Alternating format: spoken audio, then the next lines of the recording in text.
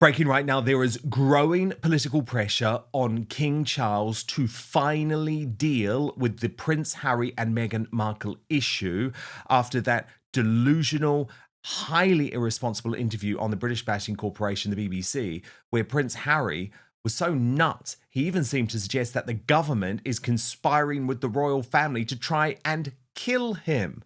So the BBC has had to apologise for its biased coverage, and I'll come to that in just a moment. But first, this bombshell poll, which reveals most Brits say strip Harry and Meghan of their HRH titles. And the Find Out Now survey is massively conclusive. This is no longer a close call. Should Prince Harry and Meghan be formally stripped of their titles? 67% say yes, 33% say no. Who do you support in Harry's row with the king? 64% say Charles, 36% say Harry. Now, it's no surprise, given that in the interview, Harry, one of the most privileged men in the world, who had every benefit in life provided to him by the British state and by his birthright, claimed that he is now the victim of an establishment stitch-up. I have had it described to me, once people knew about the facts, that this is an good old-fashioned establishment stitch-up, and that's utterly nuts. Utterly nuts. So let me bring in my superstar panel. Father Calvin Robinson, host of Common Sense Crusade on lotuseaters.com, and Ben Habib, the chairman of the Great British Pack. Father Calvin, enough is enough, isn't it? I know this is a very emotionally difficult situation for King Charles, given his cancer battle and given the fact that he remains, I guess, upset about this estrangement from his son. But Prince William is feeling none of this and is putting in place plans to strip Harry and Meghan of their titles the moment he becomes king. Isn't the question, though, for Charles, given that this is becoming more egregious, more embarrassing for the royal family, more damaging actually for brand Britain, can he really afford to wait? Doesn't action need to be taken now? I don't think there's anything the king can do. I think if the king attempts to strip them of their licenses, their titles now, it will cause more drama than it's worth. He should have stripped them when they left the country in 2020, to be honest with you. When the king passes away and Prince William takes over, that might be a new transitional period, so that might be a perfect time to do it, to remove them of their titles, which they should no longer hold, because they're not working royals, and they are celebrities in, well, Z-list celebrities in LA. But absolutely, they should have their titles gone, but I don't think now is the right time for the king to do it, to be honest with you. Ben Habib, how do you feel about this one? Because of course it is difficult in the sense that it would require an act of parliament, but this is not going away.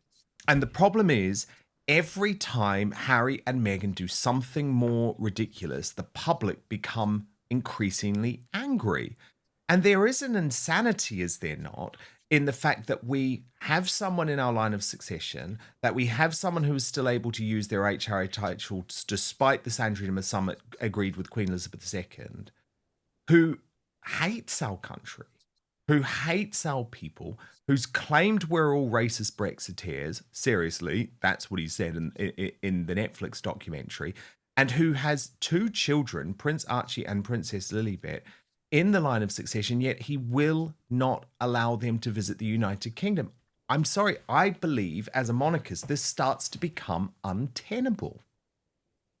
Well, if it's an establishment stitch-up, I'd like to be stitched up in the way he's been stitched up all his life. Tell me about it. All the privilege, richness, and then opportunities, entitlement, etc. he's had, he should be extremely grateful. I think I agree with Calvin. Any attempt now to strip him of his title would just put more fuel on the fire. It would give him greater cause to complain that he's, woe betide me, I've been treated so badly, etc., etc. In a way, I wish we could just ignore Harry. And yeah, I agree with you, though. He does seem to hold the country, his family, the people in contempt. But of course, he's not alone. There's so many people on the public stage. Keir Starmer, for one, who I think absolutely ticks those boxes. And by that measure, he should be stripped of his prime ministerial position. Here we are. We just have to see what the future holds. But the thing is, he has, Father Calvin, been really resentful, it feels like, of England and the English people for a long time. Like, look at this. You know, it's something I'd love to do, and you know, now I've had the chance once. I suppose I've got quite into it. And at the end of the day, if you join the army, you expect to go on operations. I don't want to sit around at Windsor because I just generally don't like England that much, and you know, it's nice to be away from all the press and the papers and the general shite that they write. You know, home for me now is you know, for the time being, it's in the States, and it feels that way as well. Does it? Yeah, we've been welcomed with open arms, and it's got such a great community up in Santa Barbara. So you feel like that's home more for you? Yeah. Is that weird to say?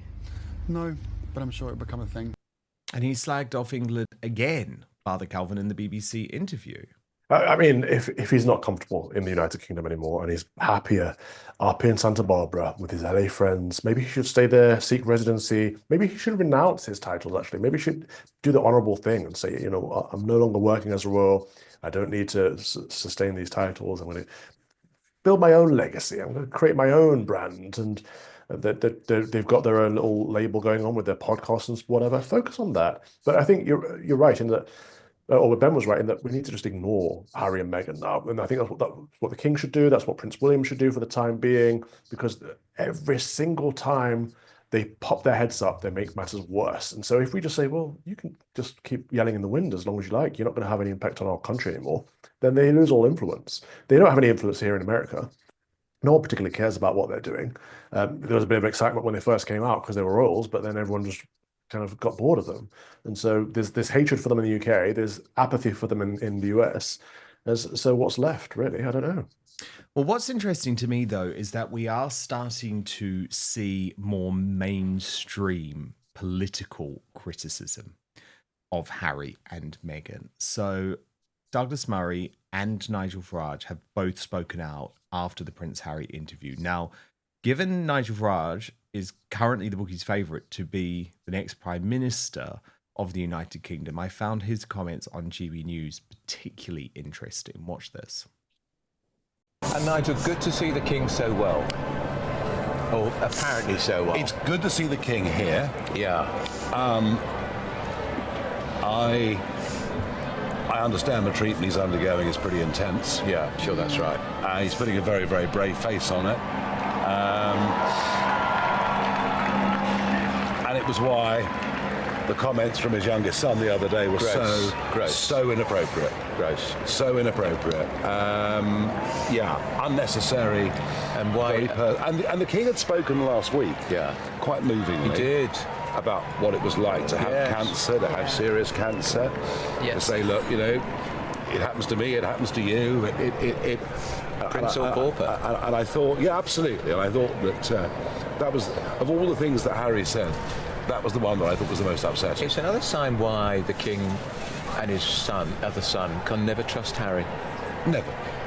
Ever again. No, there's no conversation they can ever have with him. Because it'll be on Netflix. Yeah.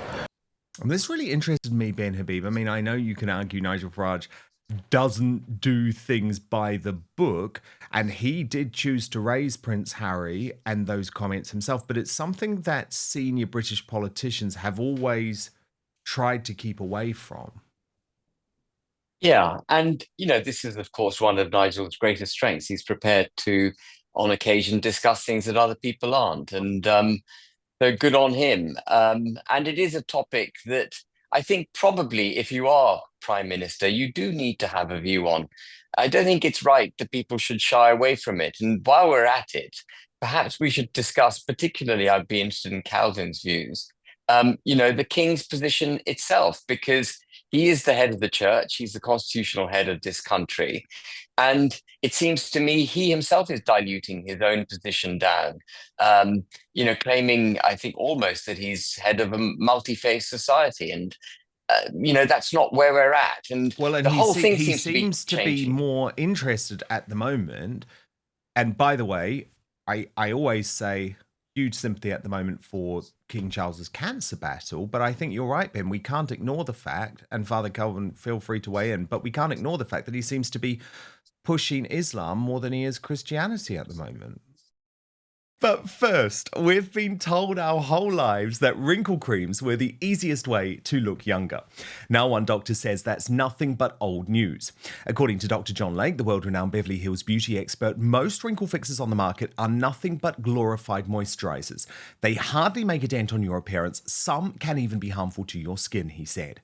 Now recently, Dr. Lake has focused his attention away from mainstream cosmetic practices. Why? Well, so that he can pursue a revolutionary anti-aging breakthrough, one that some experts say could empty the wallets of the cosmetic industry.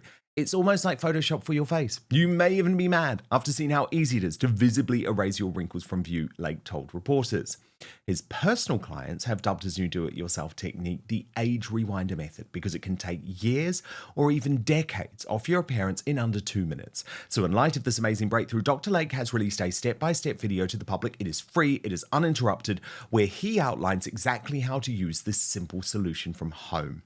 And he says if this helps even one person look younger or feel more confident, he will be thrilled knowing he helped.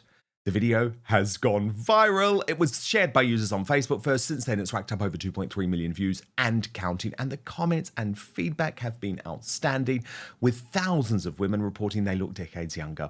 One viewer even commented, "Best results of anything I've used. I can't believe how well this works. I'll never stop using this. I don't understand how it works, but the results are great. Thank you." So you can find out more about this yourself right now. Go to bhmd1.com/outspoken or click on the link in the description box below. That's bhmd1.com/outspoken.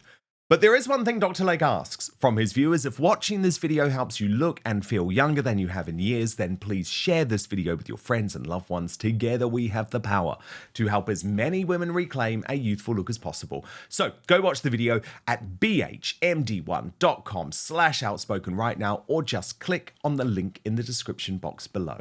But now back to the show. Indeed.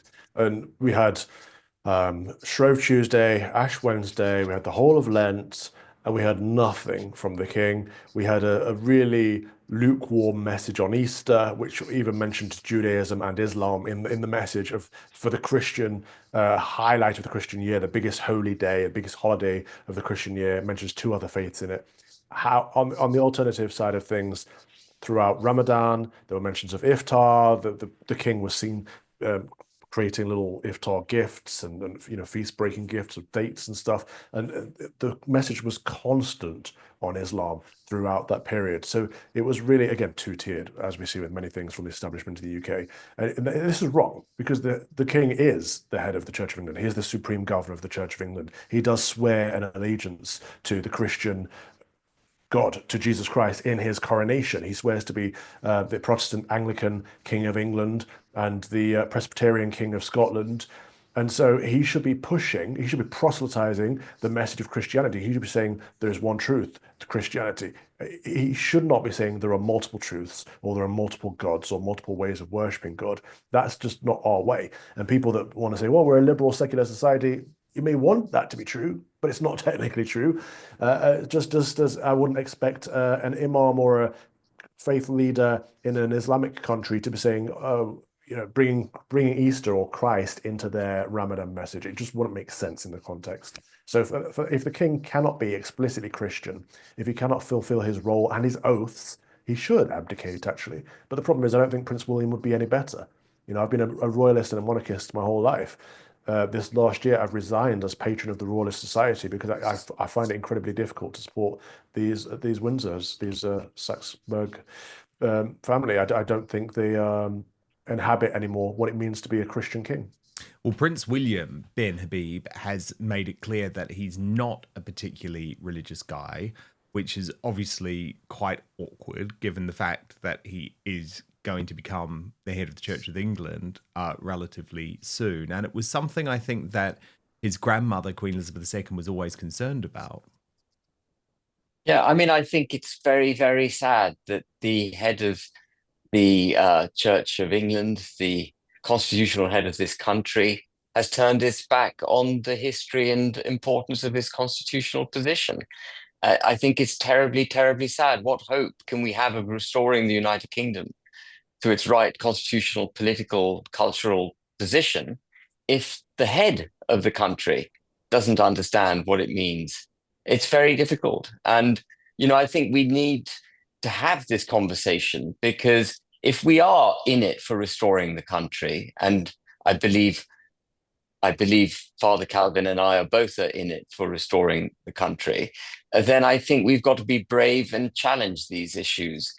I too, for many, many years, had my doubts about Charles, never voiced them, because I'm a monarchist. I believe in the constitutional construct of the United Kingdom, and I didn't want to rock the constitutional boat. But he's doing and saying things now which I find absolutely irreconcilable with his position.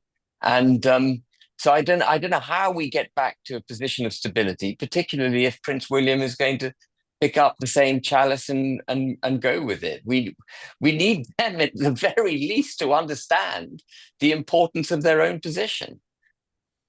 The issue with the Prince Harry interview with the BBC is the fact that, just like with Oprah Winfrey, he made a whole load of fanciful claims, many of which could not be backed up by any evidence, many of which were conspiratorial at best.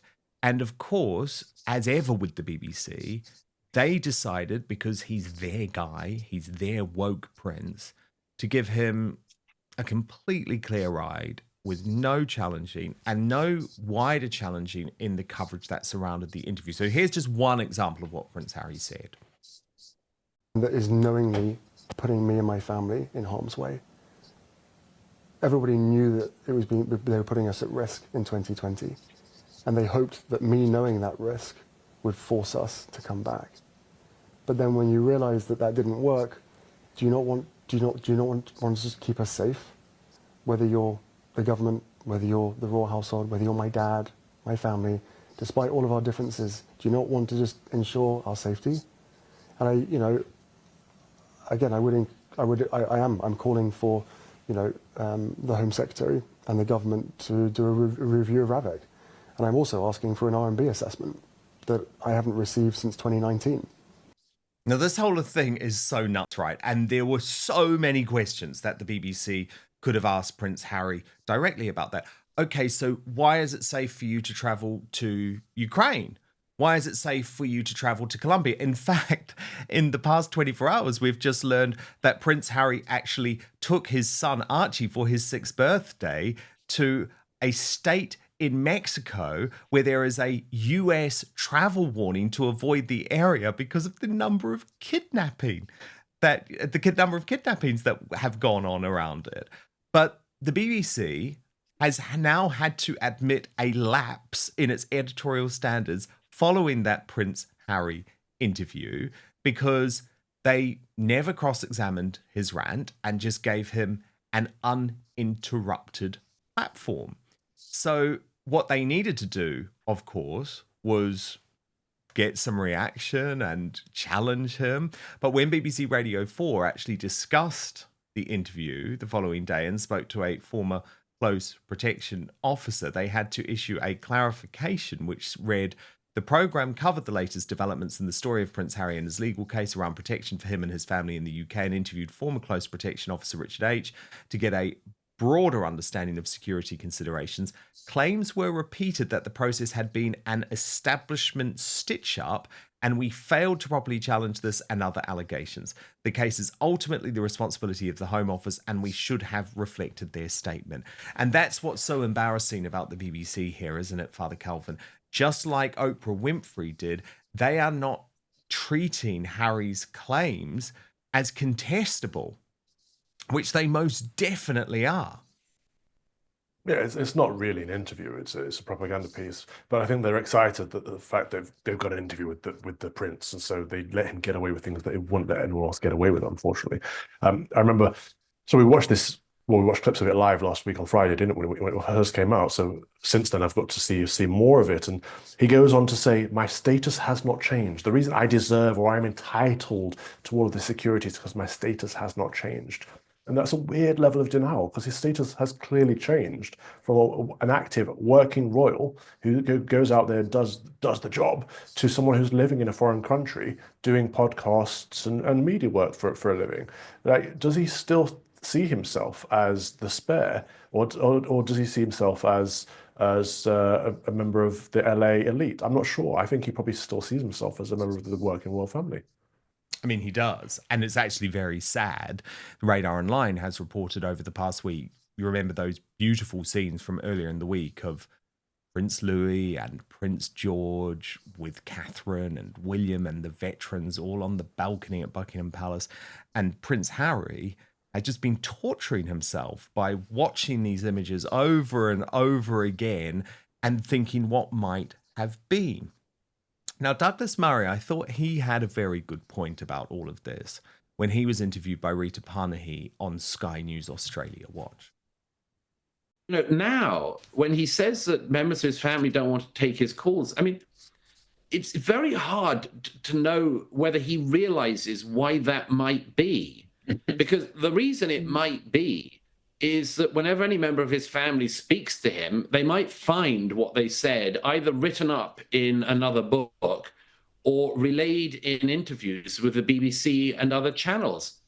So, you know, it's a very peculiar thing that's going on in Prince Harry's head. And I feel very sorry for him if he can't grasp this. If people around you know that you're likely to run and broadcast what they say in private to the world, then yeah, they might be reticent in speaking to you.